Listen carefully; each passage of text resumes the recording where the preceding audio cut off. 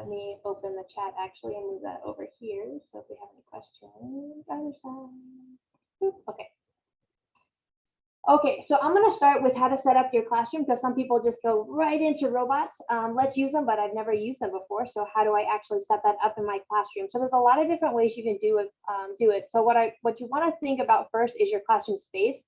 What works best for kids to observe and discuss. So sitting at their desk isn't really the best way to use robots in the classroom because they can't sit there and really discuss with each other and with their partners. So when I think about talking about or thinking about my environment, I think about a place where maybe you guys have circle time or morning meetings.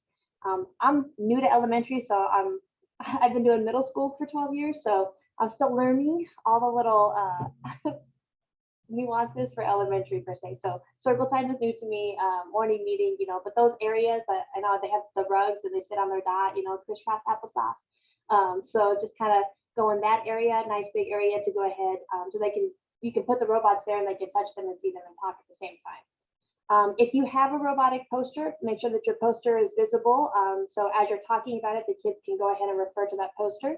I like to have a features chart. So as you're talking about the robot, you can put what that piece of the robot is and what they think it actually does. So I like to put that on the wall as we're talking, and that could just be a whiteboard that you're writing on. It could be one of those big poster white papers. However you guys want to do it. You can even put it on the Google Slides, and you guys are all typing in there at the same time. Especially if they're fifth graders, that's awesome. Not so much for kinders, but maybe for the olders. And I like to always have a wonder board in the classroom as well. So this is a place for kids to write down questions and ideas, like what are they learning? What are they thinking about? You can use it as your formative assessment at the end of the day or the beginning, especially if you guys have it in centers. Wonder boards are fantastic to have. So another way, instead of doing it whole class, maybe think about a center where you have choice boards and you have the activities that the kids are going to go ahead and do after you intro the robots. It offers more time basically that the kids can have with the robots instead of the 30 in the class. They could be there while you're doing small groups doing something else. So again, choice time, early morning engagement, and any type of center area. I was just going to piggyback on that, having taught robotics with third, fourth, and fifth graders, the importance of that classroom space, because like Jamie said, that's going to be the biggest challenge sometimes when you're dealing with, especially taking robotics to that next level with what we're going to kind of share with you with the storytelling, is having that space where the kids can know that that's the space to work in, and having those available tools like the reminder posters and things handy for the kids will be excellent. So just wanted to reiterate that. I like tag teaming. Okay, so I'm going to do a little plug real quick for choice boards. So I love choice boards because you can include more things than just robotics on there. So they work on that, and you can tie it into the robotics piece as well, especially when we're talking about literature. Just make sure that your choice board is actually student facing so that they can see it. I like to have 6 activities. I don't like to have more than that because I think that's a little too much for them. They look at that and they're like, whoa. So six is good. So again, choice boards, if you guys haven't seen that, is where you can engage students who finish early. You can assess what they have learned at different points throughout the unit, beginning, middle, and end. And it's just a different way to go ahead and pop in those extensions that you really want to get, but you don't have enough time to really reach. So this one was all about doing robotics using feelings. So we were using them with our autistic babies. And so obviously some of these choices are a little higher than some of them being able to do it on their own, but some of our artistic ones can definitely do it on their own. So this is their choice board, all related to feelings. So you'll see at the bottom right is where we're actually going to use the robot. All the other ones are activities that they can use to get ready. And I just wanted to reiterate too that we just recently had a 2nd grade class working with the robots, and that choice is so important because like Jamie said, so many kids do finish early, while others are still trying to just get through the first couple of levels, and being able to differentiate like that is key, even with something like robotics. All right, so moving right along. So once you are ready and your classroom is set up, it is time to introduce your robot. So you can do this a couple of different ways. I love presenting them in literacy in a story. So you can have my story here. On the left-hand side is it'll go to a PDF of Meet Your Robot, and it introduces the robot as your reading, and we'll read a couple of pages just so you can kind of see. And then on the right-hand side is a teacher's guide. So I like to have this one as well, maybe like on your iPad or your Chromebook or whatever you're doing as you're talking, because on the left-hand side, you'll see the feature that we're actually talking about in that story. And then some questions that you can ask, like your guiding questions as you go along. So when it talks about your robot, I'll go ahead and go to the story because I think it's super cute. So again, we used Vex 123s. So if you guys get those, and I know a lot of different people have different robots, but so I pop this up there and I go, hi, I'm Vector Robot. You can call me Vex. You know, I'm smaller than any other robot you might know, and that's okay. And at this time I have the robot in my hand and I'm kind of showing them, you know, I have a lot of robot friends and human friends too. And so then we talk about what a robot is. And again, if you look at the teacher side of it, you can see loading. You can see the different feature that I'm talking about, and we're going to go through. I won't go through all of them today, but on here it goes through all the different parts. So here's the part of the story. I'm talking about the robot itself, and then as we read this, then I can ask the students, what are some robots that you've seen or used in real life? And then we go to the next page, and we talk about communication. How do I communicate? Because robots communicate different than humans do. So I communicate with lights. And sounds and motions. And then the feature again that we're talking about are the on buttons, and then you can push to try and wake them up, listen for sound, and what did you hear? So just different activities you can engage your student as you go through. Okay, and again, these are all accessible for you guys to go. All right, so I like to start it out, and if you guys see my presentation, you'll see my notes at the bottom. So when I say we're ready to meet our robot, I don't say, we're going to meet our robot. I kind of like engage them a little bit. And I'm like, hey, guess what? We have a new member of the classroom. Do you guys want to see it? And of course, they're like, oh, yeah, awesome. What if I told you it was a robot? What could you imagine? And of course, that's really where they're really thinking and, you know, getting that inquiry base. And they're like, okay, so is it a duck? Is it this? Is it that? Right? And so they talk about all these different robots that they possibly have in there. What do you think this could be? How might we use it? What are some actual names of these components? And then I take it out and I go, here's the robot and the charger. And they're like, oh, the plug-in thing. Yeah, what do we use the plug-in thing for? Right? Oh, it's a charger, kind of like your phone, kind of like, you know, different things. And then we go actually into reading the story. Sorry, I talk really fast, so if you guys need me to slow down, just kind of let me know. All right, so now that we read our story, why do we actually need to introduce our robots to the kiddos? It's a time to let them explore what each button does, let them get the playing out of the way because they're gonna wanna touch it, they're gonna wanna play it because you brought out something new, right? It clears up also any misconceptions that the students have about what robots are and how we actually use them. So while you're actually reading, you're going to be able to go over the rules for the robot. So we hold them carefully. We use 2 hands at all times, you know, we use them on the floor, not on our heads. We pick it up if it hits an obstacle, you know, stuff like that. We take turns, we rotate our jobs, because as you go through the story, it talks about sharing and the need for sharing and what the actual jobs are when you use a robot, which is really cool. So they can practice their roles and taking turns as you're reading the story. So again, robotics through literacy straight off the bat, which is actually really cool. So at this time, you'd be reminding students that they will have a chance to test and play with the robots, especially if you only have one and you have 30 kids, right? So again, sharing is caring. We want to share. We're going to positively reinforce their patience and good turn-taking skills, which again, with littles is hard, but we can do this together, right? And then again, once you introduce this, you can move them over to their choice time, right, or their center time to continue playing out their ideas. So when you talk about roles, if you want to break them up into roles and you want to, you know, break them into groups at that point, you can. If you just click on that, it's going to show you a PDF with the different rules. This one was for the B-bot. So we have the drivers, we have the navigators, and you can print out these cards and give them to them. You're a debugger and or you're a designer. So they have that individual accountability as they go through, unless if you don't want to use it for choice time or center time and you want to use it full group. Questions so far? No, we're all good. Okay.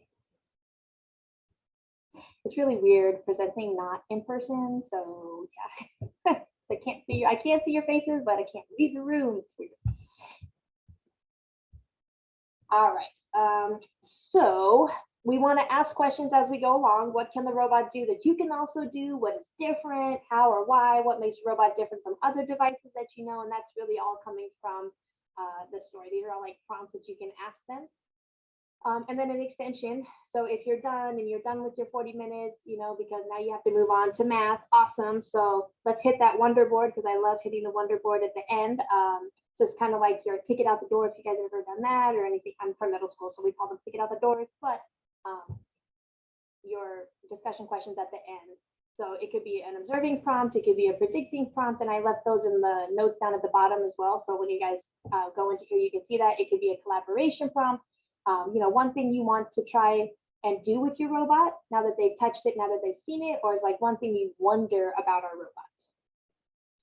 And this was an example of that feature chart that I told you about. So as you're reading the story, you can go, oh, what is this? Oh, this is a move button. It moves the robot up and down. So it could be really simple chart that you just put it up on the wall and you're writing in. And I love pictures, especially with the littles. Okay, so now that we met our robot, we go into robot rules. Okay, and this is where we learn how we work with the robots. And so this is where I go and I go, students, we're now going to officially create our robot rules. And I like to do this as a class, but this is just an example of what the kids have come up with. You know, let's keep them safe and healthy. How do we do that? We count carefully when pressing our buttons instead of just being click happy, especially with littles. You know, using teamwork is important, respecting our space, and then being a problem solver, because again, you have 30 kids and if something doesn't work, we don't need the I can't do this, miss, right? Or Mr. So being a problem solver is key. Questions so far? Okay, so when you're talking about doing your robot rules, you want to model by explaining the first rule. What does that actually mean to you? And talking through the one thing that you would do to follow the rule. And what was one thing that you would actually do to break it. So the do's and the don'ts. So they really understand what that looks like. So this helps you check in for clarity and then ask students if they have anything to add, vote on whether they want to keep the rule or amend it or change it. This is actually pretty awesome because they will want to change it and add a little bit. They're like, oh, well, you forgot about this. Oh, you're right. That's an awesome addition to that rule. Or maybe does that go on to a different rule, right?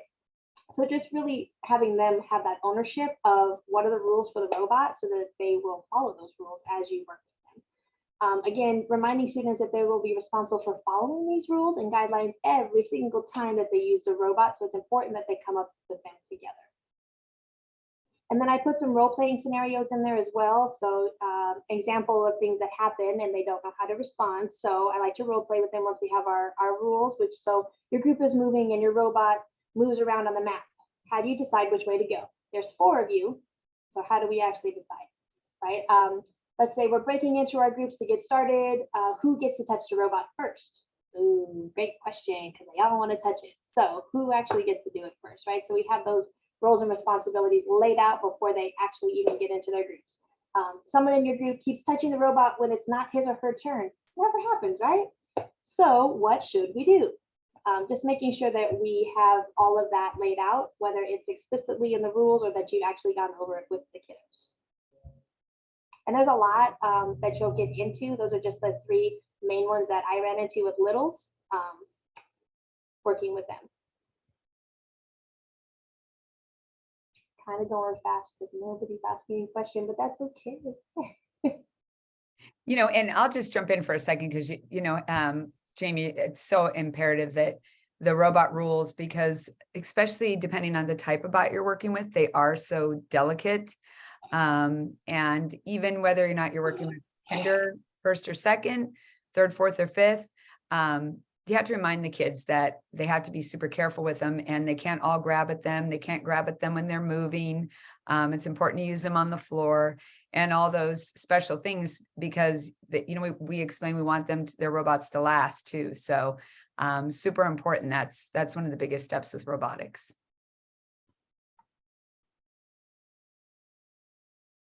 All right, so now what you've all been waiting for, right, is the literacy connection. How do we link the beautiful stories that we read in ELA to robotics, and how do we merge those together? So one example, and when I talk about this example, you can edit this to make it yours. Everything that I have is editable docs, so you can move it around, print it out, do whatever you need to make it yours. So I start out with Dragon in the Village. And this story is where you help the villagers chase away a dragon with your robot, right? So if you click right here on this picture, it's actually going to take you to the story. It's going to take you to my whole doc if you want that, which is the story, how to set up the activities, how to make the activities your own. What does the field look like? What do you need to have this if this is the one you're going to start with? What should you have kind of sitting on the side ready to go? Some teacher tips. Making it simpler, how do we engage them a little bit more? And then all the things that I have on the board are right here, the characters and the elements that you're going to use, and they're all editable, including the canvas, the template for the ring that goes on top of the robot, so that we're not just actually doing stuff on the robot itself, because we don't want to do that, because we do want to change it every time we have a story. So I do a little ring, and then we can go ahead and edit that. And then it goes into the different activities, what they're going to do again. So I have the Vex 123. I had the Vex 123 robots with them. And so that's kind of how I focused on that one. But you can use it with any robot. So I'm going to read this story because I think it's super cute. So you're sitting there and you got them in circle time and you're reading just kind of like we always do. Once upon a time, there was a peaceful village. The villagers lived in houses all across the field, and the royal family who ruled over the village lived in a castle on the hill. The village was peaceful because the royal family had made laws about being kind and helpful to one another. When villagers had a problem, they often went to the royal family for help to solve it. One day, the villagers heard a strange sound, and when they looked outside, they were surprised to see a dragon flying in the sky.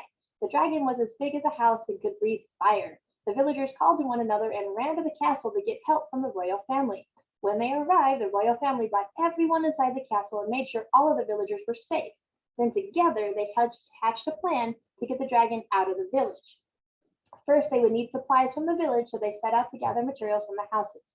Then they used these materials to build a dragon pushing machine that would push the dragon out of the village. And right here, the kids are like, am I the royal family? Am I a villager? Am I the dragon? Do I get to build the dragon pushing machine? Like they're just like going, they have no idea. And all of that, those inquiry questions that they're asking and all those thoughts, you can do with them. You can have them be a dragon and go after the villagers, right? You can have them decorate their robot to where they are the dragon, or they are actually build the dragon pushing machine, right? So you can really get into that STEM and hands-on at the same time, all through a story. So cool.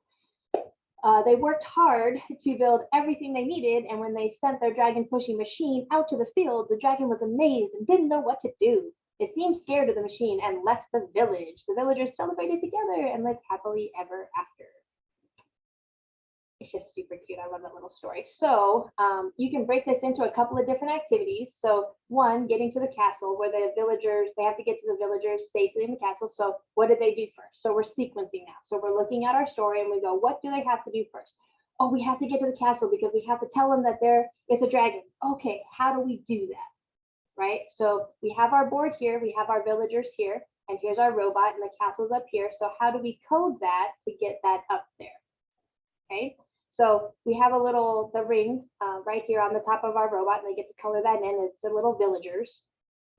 And then they just code that bad boy, and they move it all the way up to the castle. So did they get there? So the challenge on this one, if you want to send them to center time after you do it as a class or whatever, draw or write your own retelling of the part of the story, and why do the villagers actually need to get to the castle in the story? What is the purpose? And then put a villager at each of the houses in the village, and then code your robot to bring each one to the castle. Okay. So that's one part of the story. And then now, cool, they went to the castle, and then now they decided that they're gonna make this this dragon pushing machine. What was the next step? And they're like, oh, the next step was we have to go back to get all the materials. Correct, awesome, cool. Okay, so let's do that. So let's restart our robot, or you can start them right here next to the castle. And now we have to hit each one of these villagers. And you can put, this is where I love to add stuff on top of the robot to where they actually have to pick up those items. So you could have, you know, straws sitting at one of them, or I always forget the bendy things, whatever those are called. You can put those right there, you know, whatever they're going to use. So this is where if they're going to make a dragon pushing device, what are their tools that they get to use to actually make that, or the materials are sitting on top of each one of these villages. And if they don't get to the village house, they don't get to use it. So that's kind of where they pick up their items. Again, your challenge to extension on this one is let's add a cart to, again, attach to our robot so that we can pull it up down and get all the materials. And then watch out for the dragon, so we can add a dragon to the field, and then code your robot to get to those houses without touching the dragon. Okay. And then last but not least is the last challenge that we came up with, and you can do a lot of different challenges with them. This is just a couple that, you know, come kind of from the story. So we got to push the dragon out, right? So again, you ask the kids, so we got to the castle, we have our materials. Now what do we do? Oh, we built our dragon pushing device. Cool. So let's go ahead and push them out. So now we're going to push the dragon in into the village, and then here's our little dragon over here, and we're just going to push him out. So again, you can add more dragons to the field. You can code them to push them all out of the village. And what could, another question is, make it better, because I was like having the kids make it better once they tried it out. What would you change about your dragon pusher to make your machine work better? Try it out and test it to see if it works. So again, you can add a lot of different things to just one story. As you're reading, there's just 3 different activities that we came up to that story. So prior to beginning those activities, what you're going to do is you're going to lay out your field. And this is the Vex field that we had. So I don't know if anybody is familiar with Vex or use Vex, but this is what it looked like. So you don't have to have a Vex field like this. You can have poster board down on the floor. You can use dry erase markers, you know, and draw it out. You can do whatever you want. We just happen to have the Vex field. So have your setting here taped to your field, and what are your different elements, so you can talk with the kids, or what are the things as we're going through the story, you know, what are your elements to the story. So again, they're choosing those, they can color those, we can put that out there and put them in your space. So what are the characters that we have? Well, we have a dragon. I didn't put the dragon. We have the royal family, and then we have our villagers, right? So teacher fail right there. I don't have all my characters on there, but yeah, you put those all in the field so they can come up with these as well if that's what you're assessing the kids on. And again, having the plot materials out there ready to go, so you're actually, you know, building that device. And then the materials that I used were these, but you can use whatever you want. All right, so that was one example that we had. From here, you can make it your own. So you can break apart a problem or a story, you know, into simpler parts or pieces. You can maybe use a song or different stories. So we added a different one down at the bottom, and I'm going to go over another one in a second, where the farmer plants the seeds. So in this one, these are examples of kids' robots that they use. Again, they use the Vex 123, but you can use them in a variety of different ways. So talking about life cycles, right? We're talking about maybe procedural writing. Maybe we're talking about spelling words, C-A-T. Oh, how do we spell C-A-T? And they go across with the robot, C-A-T. Vocabulary, shapes. We were talking about boats and cars and different story elements. So this is one of their stories that they made up, right? About the octopus under the water, right? And so you can decorate your robot with whatever characters that they have in their stories. Question? Angela, did you want to jump in at any point? I was just going to say how neat it is to have the kids have the ownership and being able to use the robots. Like, for example, with the spelling, it's just another way to excite kids about things that, especially little ones, that they're doing, and they really get into it. It's almost like these robots are like their little pets, and that's what makes it even so much more meaningful. Again, taking it to that next level of going beyond just paper, pencil, or whatever, or even like the charts or the boards. It's like, it's just a different way of approaching it. So it really does help solidify the information in their young little minds. And again, it's choosing any story that you guys have and coming up with the character elements that are part of that story. And maybe, an extension, especially if they get older, are writing their own stories. And they can create their own activities that's related to it. And I was actually going to say too, going back to the storyboard, the older kids can actually create the storyboard too, which is really cool.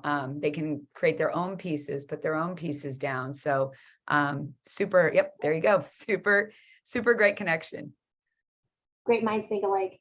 So I know a lot of people do read the Goldilocks and the Three Bears, right? We've all read that to our kids. So let's take that one, right? And let's maybe use our robots with that. So again, we're talking about sequencing. So with the littles, you can give them a sequencing chart kind of like this, where what's going to happen first, and then what's going to happen next, and then after that, and later, and finally, awesome. So they read the story.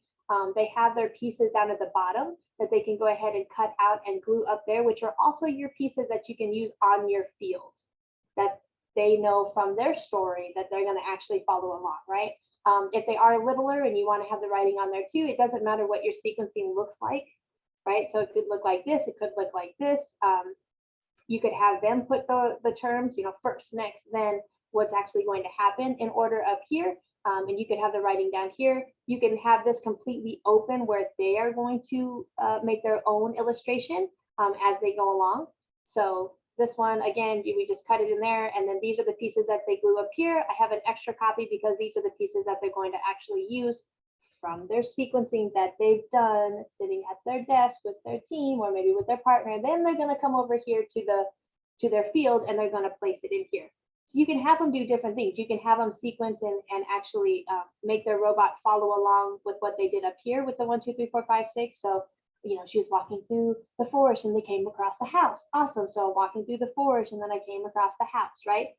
Or you can, if they're older, make it a little bit more difficult and really break it up. So instead of coming in the house and at the end finding, the beds and going to sleep in the bed is one, you can break up the beds as which one did they actually go into, right? Did they go into Mama Bear first or did they go into Baby Bear first?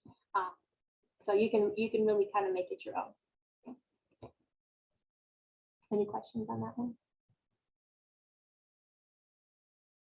No? Okay, so again, it's just putting the steps in order, beginning, middle, end. In the beginning, right, the bears go out for a walk because their porridge is hot. In the middle, someone thinks that I would sit here and go, oh, hey, do you guys think you know what's going to happen next, right? And they're like, oh, yeah, that's right. Oh, Goldilocks found the bear's house. Cool, okay, so which one is the bear's house? And let's try and find all of our furniture and our food because that would actually be in there and would be going next, right? So just kind of like engaging them as they go through the story. And then again, once you go through the story and like, whoop, mouse is on the other side. Whoop. It's awesome. Work for me? No, doesn't want to work for me. That's awesome. They would model how to have the bot tell the story.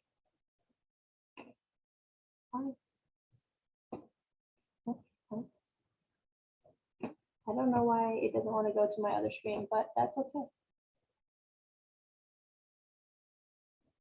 It's actually kind of annoying. Sorry. I'm going to open up because all my notes are on my other screen that doesn't want to open up right now. So that's fantastic. Well, and while Jamie's doing that, I'll just reiterate that sequencing step is so huge. Even with the older kids, I've been able to do that where I've taken actual, like when we're even working with programming the robots, we have to write out that sequence first.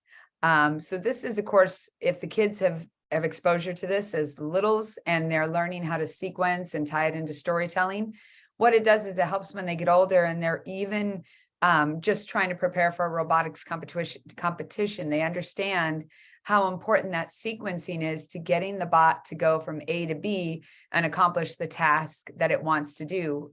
For example, in Lego Robotics, they have to complete missions, but they can't complete the mission if they don't have the experience of how to sequence the steps to get the bot to do what they need it to do. So learning this in a young age with storytelling really solidifies that end game, which is what they'll be doing as they get older.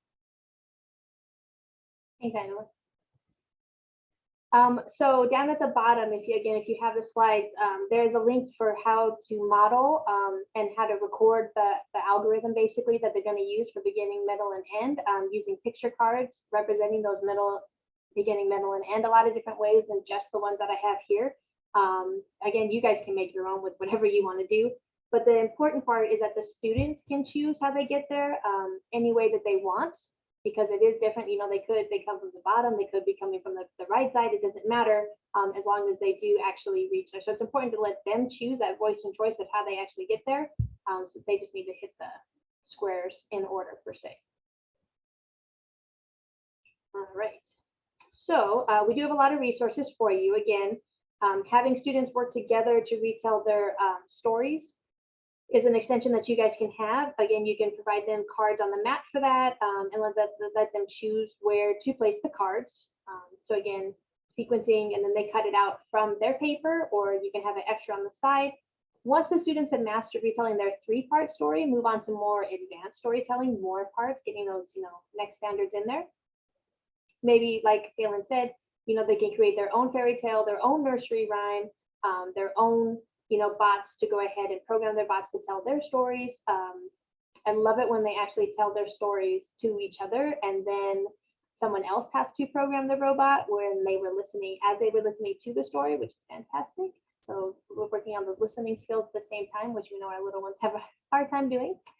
You could also debug stories or your code using stories. So introduce them, by sharing your code. This is what I would do. And then maybe you have 1 or 2 errors in it, and they would actually have to identify where those are and why it is wrong. So why, in yours, Miss Goldilocks went to the bed first, but that's not what happened, right? She actually ate the porridge first. Oh, okay. And then how would we actually fix that? So debugging right there in the story. And then have students, again, practice whole group first, posters, with your code. And here are some examples of the posters that I have that you guys can definitely click on and use them. So I have the story sequencing over on the left-hand side. So you can do first, next, then last, right? If they are littler, then you can definitely change it into a different kind of view. In the middle is where we start looking at programming. So we take what we have on the left with our sequencing that you guys already use in your classroom, the templates you guys already use. And now we're going to move it into what does that actually look like for coding. So, first is here, when we start is here, what's going to happen here, then what's going to happen, number 2, number 3, number 4, it kind of goes in order. With the Vex 1, 2, 3 bots, they have dots like this.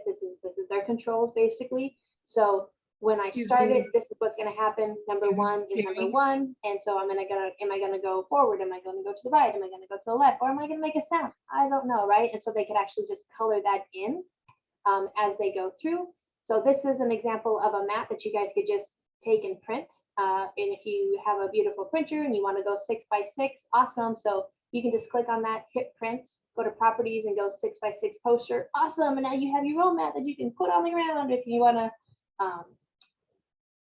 Sorry. Jamie. Yep. Were you trying to share slides? Because we don't see any slides right now. Oh. I know, right? Man.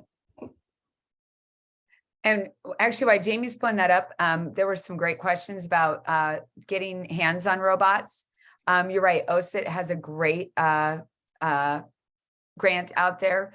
Lego Robotics does grants. I know a lot of the actual companies offer grants too. So it's just another great way to get started with robotics programs. Donors Choose obviously is another place where a lot of our teachers have gotten started, depending on the size of the purchase to get the bots that you want. So and then there are companies out there that will let you lend the bots out to you to your class. So the Desert Research Institute, they're off of Flamingo. So they'll let you do that. I know the community colleges as well. I know I worked with the one on Charleston. So they have a whole education room per se with a whole bunch of stuff, including robots that they will lend out to the class for you to check out. And they check it out for like a month at a time. So you just come back and check it back in. So that's an awesome way to go ahead and get your hands on the bots without having to pay for the bots and try out different ones at the same time. I was going to say, it's nice to, sometimes it's better to test, to check them out or get bots first to see what works best for you as, you know, your classroom setting, because some of the bots obviously take up more space. Others you can use in a really small area. And then of course, depending on the grade level as well. But they do offer so many different, everything from preschool all the way up, obviously, to high school. There's so much out there available. And, you know, don't or feel free, don't be hesitant, but feel free to go ahead and talk to your middle schools that are around you as well, because that's a great partnership to have. You are their feeder school. So if you can teach their kids about using the robots before they have to, I'm sure they will be very thankful for that. I know I always was when the elementaries came to me and said, can we use your bots? Yes, please, please. That's less I have to do, which is fantastic because we can just get the ball rolling and they're excited to use it. So a lot of the middle schools do have robotics. So just, you know, feel free to reach out to them, maybe your high schools, a lot of different people in your areas. So yeah, I was trying to present and show you these. So the sequencing, yeah, sorry. Thank you, Krisha. I appreciate that.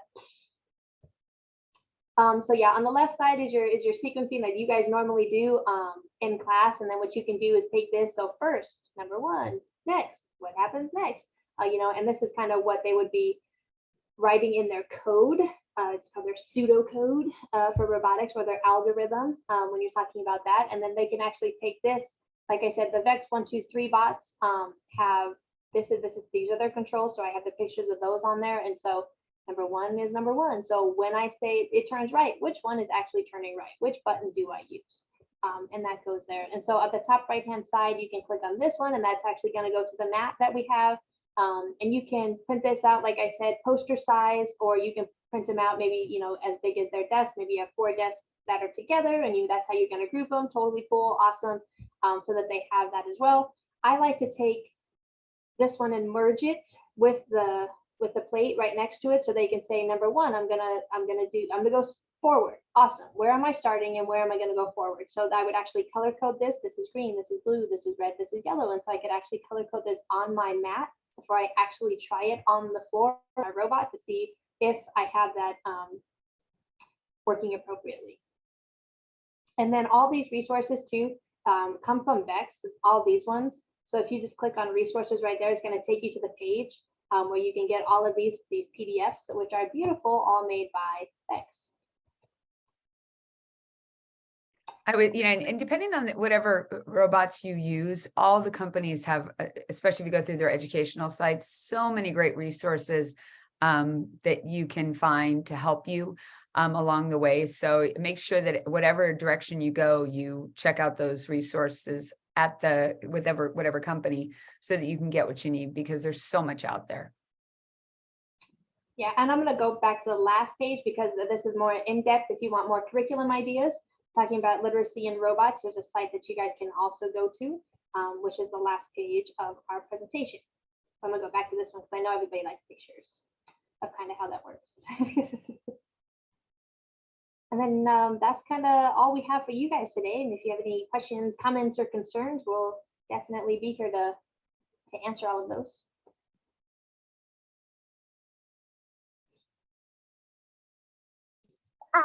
I am very grateful for your presentation, because I'm one of those weird teachers who got some kind of robot through Donors Choose, defaulted getting these robots, because they kept saying, you can't get that. You can't, oh my gosh, just give me something, dang it. You know, I had money to spend.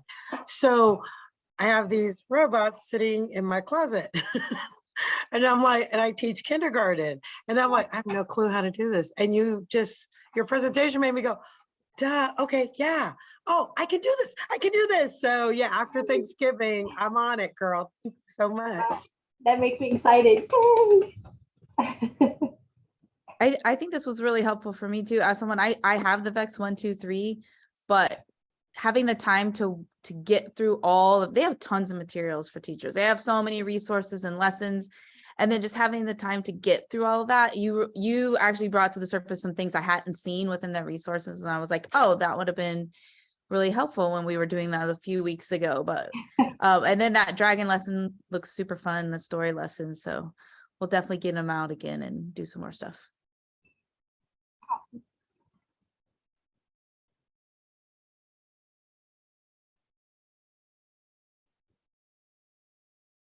Yeah, it looks like a lot of people in the chat are saying how, and that's the thing, it's getting started. I think Jamie and I both have shared our personal stories.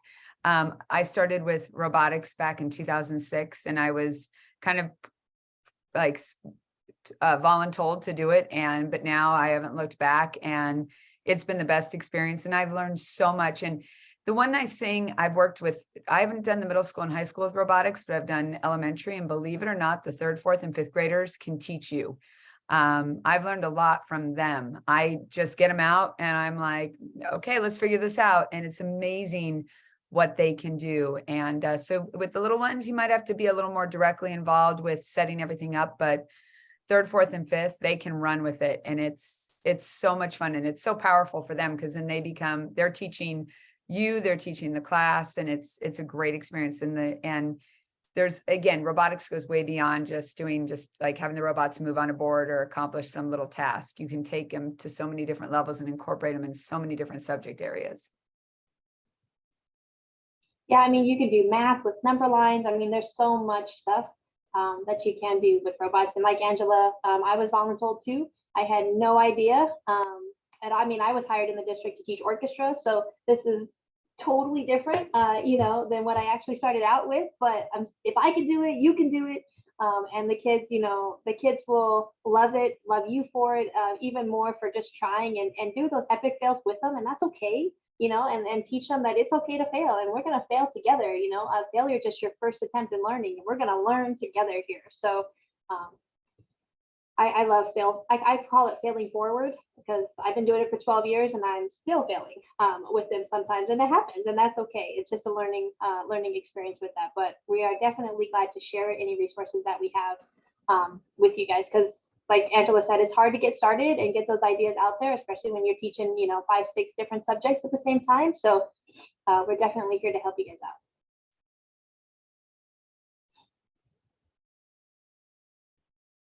Yeah, Victor, they really need to see how to overcome that struggle, that failure. Absolutely.